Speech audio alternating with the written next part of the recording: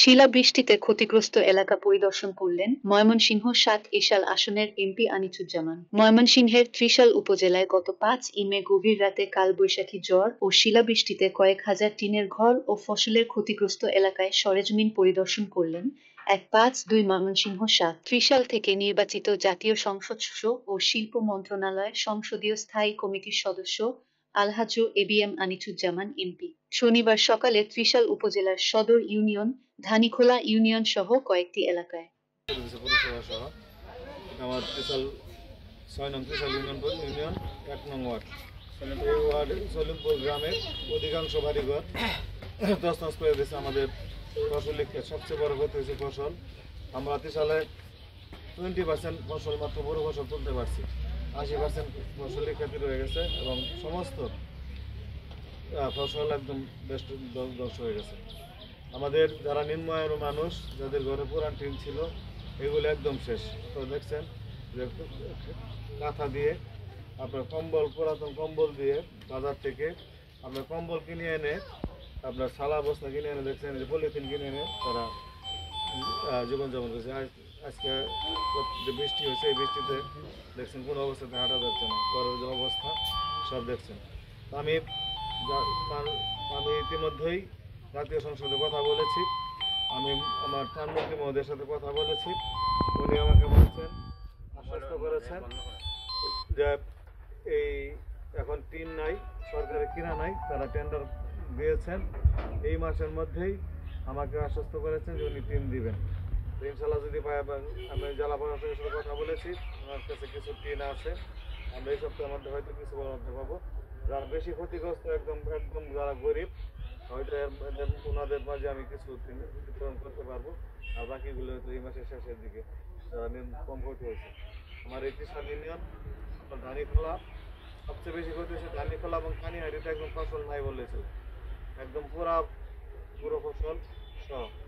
আর আমাদের আরও ক্ষতি হয়েছে যারা এই সামনে কুরবানির ঈদ, গবাদি পশু যারা পালছেন এবং কুরবানির জন্য যারা পশু পালছেন, এই পশুদের খাবারের জন্য এই যে এখন একটাই সময় এই পুরোর যে নেওয়া হয়, এই ধানের যে নাড়া হয়, এটা দিয়ে যে তারা আমাদের যারা গরিব মানুষ একটা বা দুইটা করে তারা গরু পালে কুরবানির জন্য, এটা দিয়ে আজকে আমাদের পোলট্রি খাতে একটা ব্যাপক ক্ষতি হয়েছে। পোলট্রি খাতে যে ক্ষতি হয়েছে, এটা অপরণীয় ক্ষতি হয়েছে, অনেক পোলট্রি মারা গেছে, মুরগি মারা গেছে। আমি আবেদন জানিয়েছি, মন্ত্রী মহোদয়ের কাছে আবেদন জানিয়েছি। আমি আমার প্রত্যেকটি সেক্টরে যোগাযোগ করছি। ইনশাল্লাহ আমি চেষ্টা করবো আমার এই ত্রিশালের যারা ক্ষতিগ্রস্ত হয়েছে, বিশেষ করে যারা নিম্ন আয়ের মানুষ, যাদের এটা রিকভারি করার কোনো, ইনশাল্লাহ আমি তাদের পাশে আসি, ইনশাল্লাহ আমি তাদের পাশে দাঁড়াবো।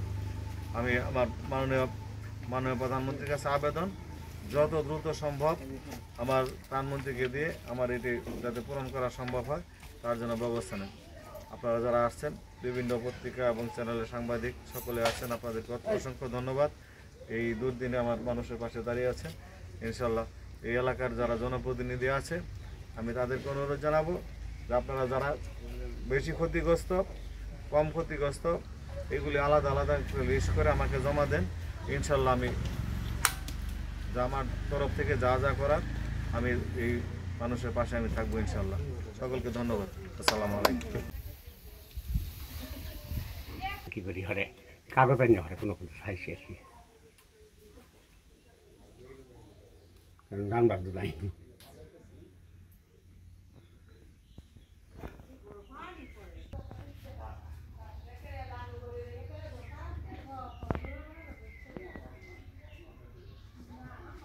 itu salur রেসিপি এত বেশি না।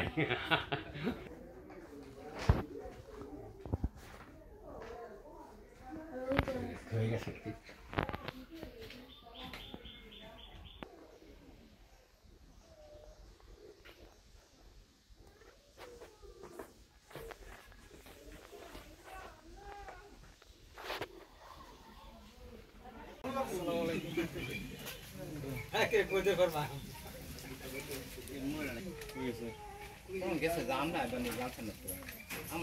বলেন সাক্ষাৎকার দেন। ওই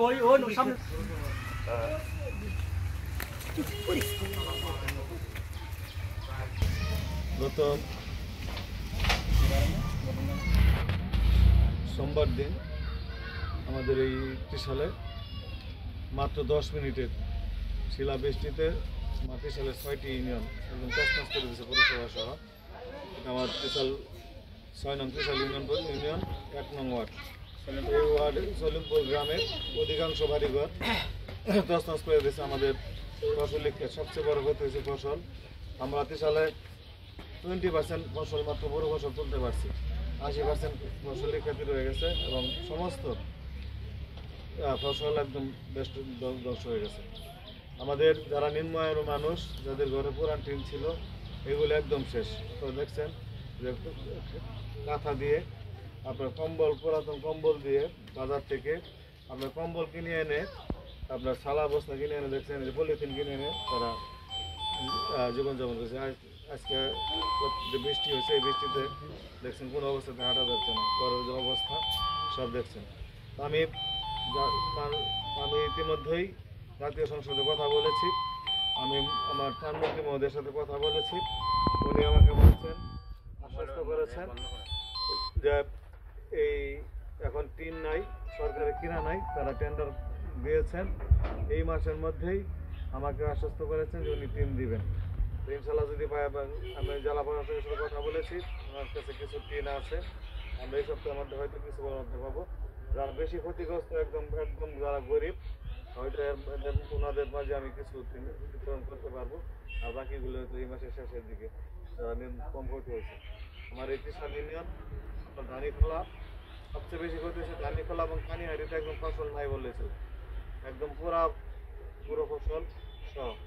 আর আমাদের আরও ক্ষতি হয়েছে যারা এই সামনে কুরবানির ঈদ, গবাদি পশু যারা পালছেন এবং কুরবানির জন্য যারা পশু পালছেন, এই পশুদের খাবারের জন্য এই যে এখন একটাই সময় এই পুরোর যে নেওয়া হয়, এই ধানের যে নাড়া হয়, এটা দিয়ে যে তারা আমাদের যারা গরিব মানুষ 1টা বা 2টা করে তারা গরু পালে কুরবানির জন্য, এটা দিয়ে আজকে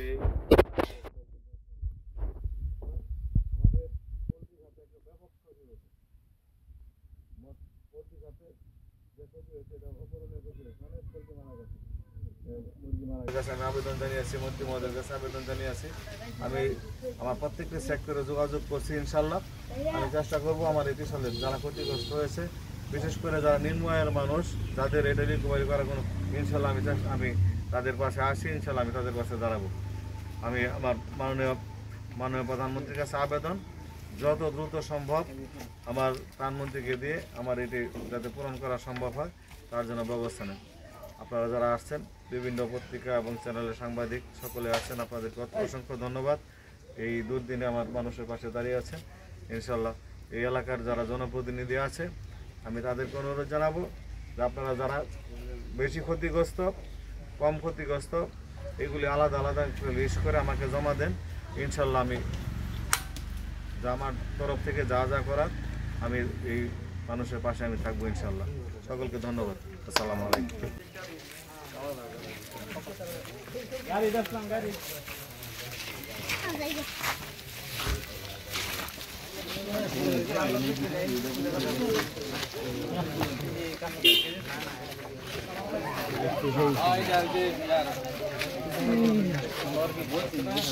কাকা আমরা নাকি আপনার কথা আমি বলতেছি না, কিন্তু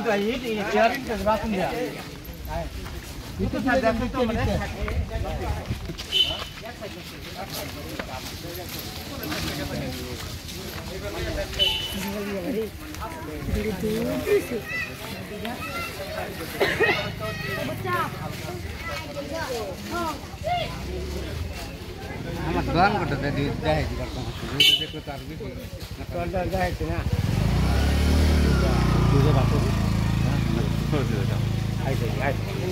এই যে খালি সম্পদটা দেখে আমার দল থেকে ক্যাপ্টে ই করে হয়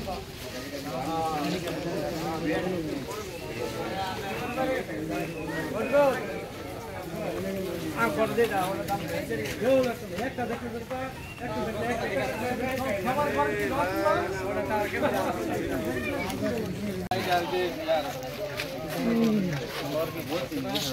কাকা আমরা নাকি আপনার কথা আমি বলতেছি না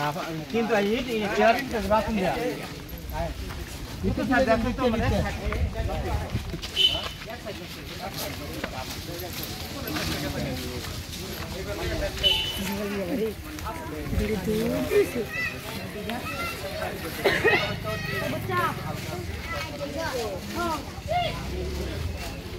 আমার দোকান করতে দেখাইছি দেখলে তো আর বেশি দেখাইছি না